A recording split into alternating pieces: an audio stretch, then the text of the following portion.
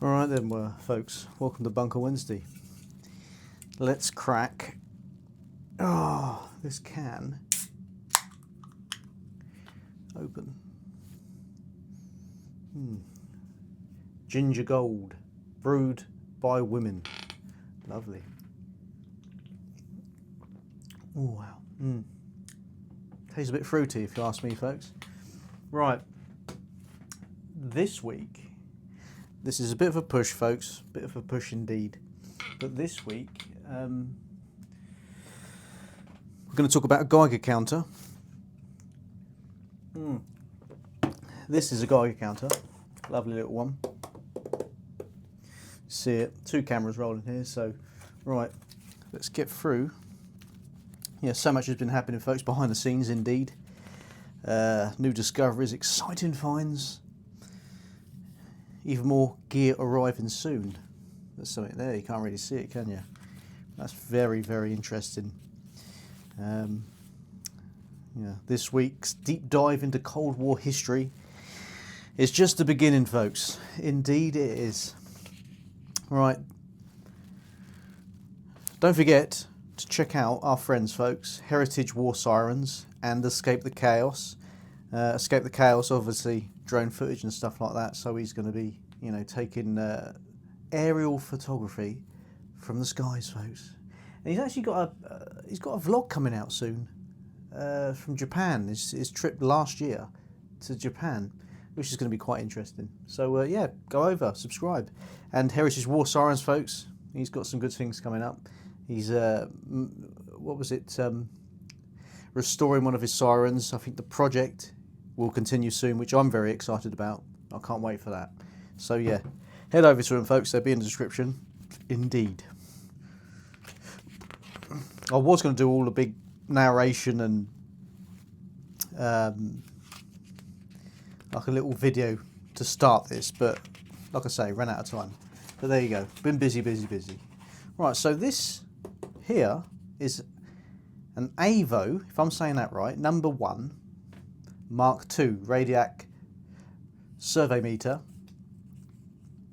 This portable ionization chamber radiation detector. So let's have a look. Hopefully you can see this. Let me move this camera so we can get a better shot. So, yeah. This is a beautiful Geiger counter. Let's get that set down there so we can get that out there, folks. Look at this. I mean, precise buttons. Everything's beautifully look. Rongens per hour. And I think that might glow in the dark as well. I'm not sure. Zoom out a bit, folks. There we go. Look at this case with it. It's all weird material in there. I mean, it smells very strange as well. But yeah, got this on eBay. Lovely price. Not a bad little case, that. Metal with a weird canvas strap. So the Geiger counter, yes, this is a beautiful thing. I mean, the last time I saw one of these, folks, was on eBay, and it was all burnt, and yeah, it wasn't very good at all. I mean, yeah, and the second time I saw it, I was like, I'm in an hour, and I thought, I need this thing. There's only one other time I saw it, and it was that time on eBay, and it was a right old state. So I saw this case. Actually got some printed documents for it, not the original, sadly, but yeah, this is a real piece of genuine history here, folks.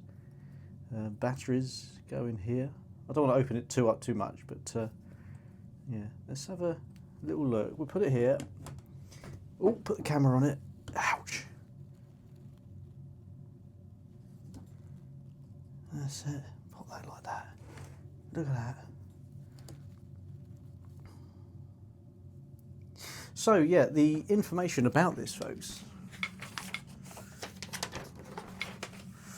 What have we got? So yeah, radiation measured in this thing is actually, it's gamma, X-ray with beta detection via removable shield. So yeah, there's a shield on it that's removable there, folks. Power supply, 1 times 1.5, tube, filament and illumination, which is obviously, I suppose, the tube inside, which is the radiation detector stuff, and illuminates the bulb inside, I do believe. And, you know, one 15 volt and one 30 volt high voltage battery, obsolete types, so you won't be getting them anymore, folks. It's a bit unfortunate. You'd probably be able to hack it in this day and age anyway. Analog needle meter, which is inside. You've got the Rungens in there. Can we zoom in a bit more here? Let's try and get, no, it's quite dark in here, folks, bunker conditions, but there is Rungens per hour. ACW EECO London. It's actually got SK1, SW1. That's quite cool. Internal electrics, single vacuum tube electrometer. Rugged construction, folks. Metal clad case with a canvas strap or carrier. Yeah, it's like a weird, it's not canvas, but it's like a plasticky sort of strap. Like the the Geiger counter, Mark 1 number 2 Geiger counter, I think it is. Or what are they called? Oh God, I can't remember. But yeah, you know what I mean, folks.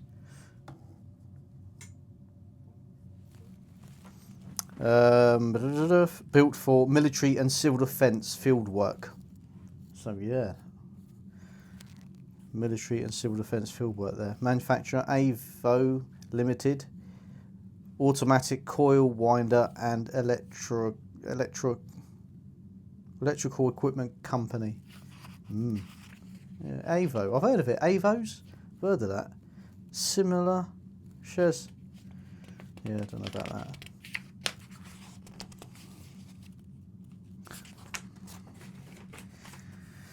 Historical context era, introduced in the mid-1950s. Peak Cold War tension, folks, there. Ooh, let's have another bit of this. That's nice, that. Its role, high-level fallout and nuclear radiation survey. So this wouldn't measure background radiation, folks. This is for fallout and radiation outside, basically. Outside the bunker, folks. Yeah, used by the UK Civil Defence and possibly the Royal Observer Corps, the ROC. Wow, yeah, possibly. It'll be interesting. Any ideas, folks? Chuck them in the description. Let's hear what you have to say, because it'd be interesting to find out if it's definitely used by the ROC. Maybe in the late 1950s when they started out down there with the old bunkers. Replaced with the Radiac Survey Meter number 2. And fixed survey meter in the ROC posts from 1958. Okay. Yeah. Cold War significance. Yeah, enable radiation monitoring post-nuclear strike. I feel if you look at them, I mean, doesn't it look beautiful? That it just looks brilliant. You know, it fits in the palm of your hand, basically. Deployment, mobile and fixed survey meters or fixed survey teams across the UK. Part of the UK nuclear civil preparedness infrastructure. Technology limitation. Obsolete battery types and vacuum technology. Yeah. So it's not your D batteries as they used to be, folks. No, it's C batteries in the fixed survey meter. 1980s one. You can put C batteries in it. It's quite interesting. But these obsolete, a 30 volt battery. That's quite interesting. What's a 9 volt battery you get in the little square one? Put your tongue on. Collectability, folks. Here we go. Right. So obviously I collect the Cold War bits and bobs and stuff like that. So rare vintage item, mostly non-functional. Non-functional in the way there's no batteries for it. So you can't. I reckon it would fire up. I've got one up there. The one of the Geiger counters up there. It plugs in. number 1 Mark 1, I think it is, that plugs in and you can test it and the needle goes up. Obviously you need a really serious nuclear source to test the actual radiac meter going up, but you can test it. Collector value, or collector's value, moderate to high, especially with the original labels and manuals. Unfortunately, I haven't got the original labels or manuals, just got the box and the guide counter there, folks. Market, occasionally seen in auctions and surplus outlets. Yeah, it's eBay, always on eBay, folks, checking eBay out. What was it, a Teletalk, British Telecom, Teletalk went on there, the bright yellow with the blue outer shell. It was on there. I put a bid in. I think I bidded about £250 on that one, and that went in the end for 750 quid, I think. Bloody hell, that's a lot of cash.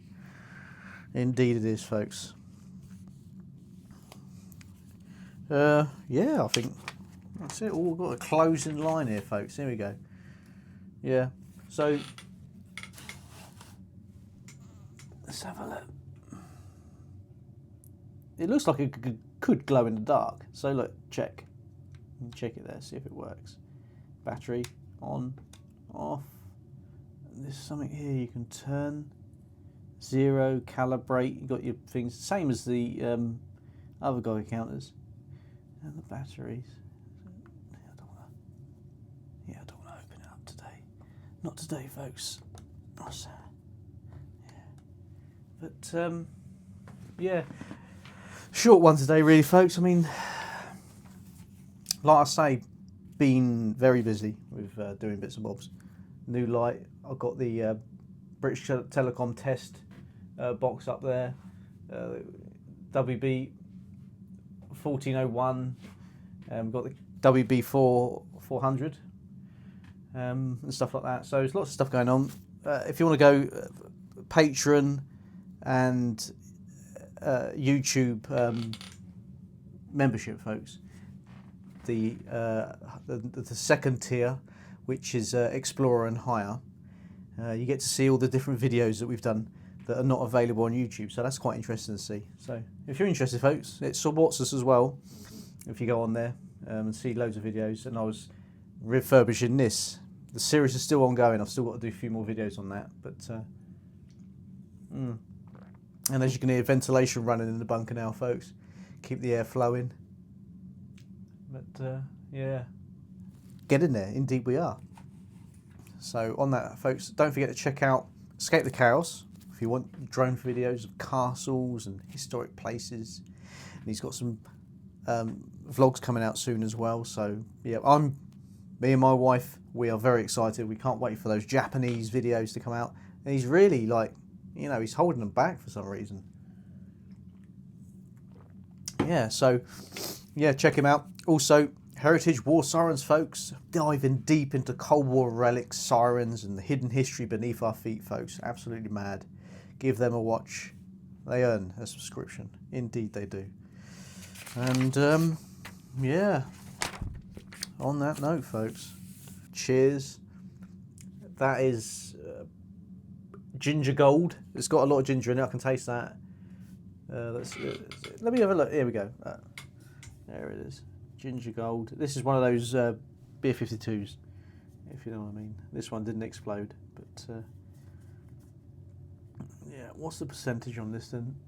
4.6%. Not too bad. It tastes all right. I mean, it doesn't really taste like beer. It's brewed by women, apparently. So yeah, thumbs up for the women, folks. They've done a good job there. Yeah.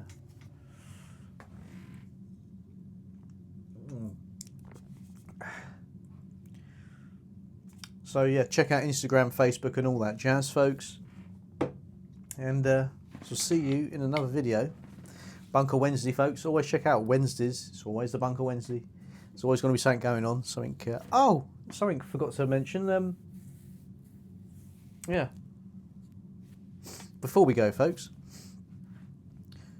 we went to me, my wife, my stepdad, and my mum went to Dungeness. Oh, we did go to Dungeness, but the Hive miniature railway, the what the Hive to Dymchurch railway thing, yeah, the small trains. We went to Dungeness, and I got some clips of the trains as we're going along. It wasn't a vlog, just got clips, folks. And here are some of the clips if you're interested, just to cap off the video.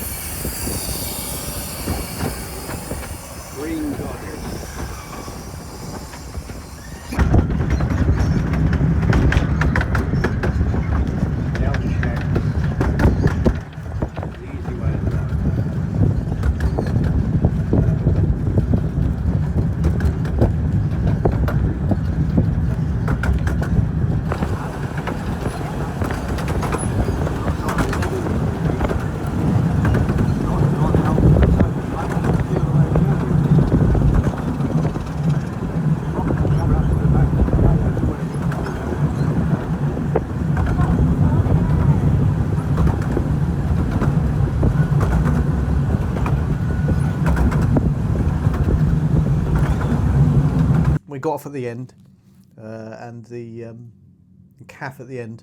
It was good. Cornish pasty, chips, beans, lovely, folks. We had some of that. Then we had a little walk around at Dungeness near the nuclear power station, which is always good. You know, it's quite a place. It really is. Then we got back on the train and back down to Hive, and I got in the car and come home.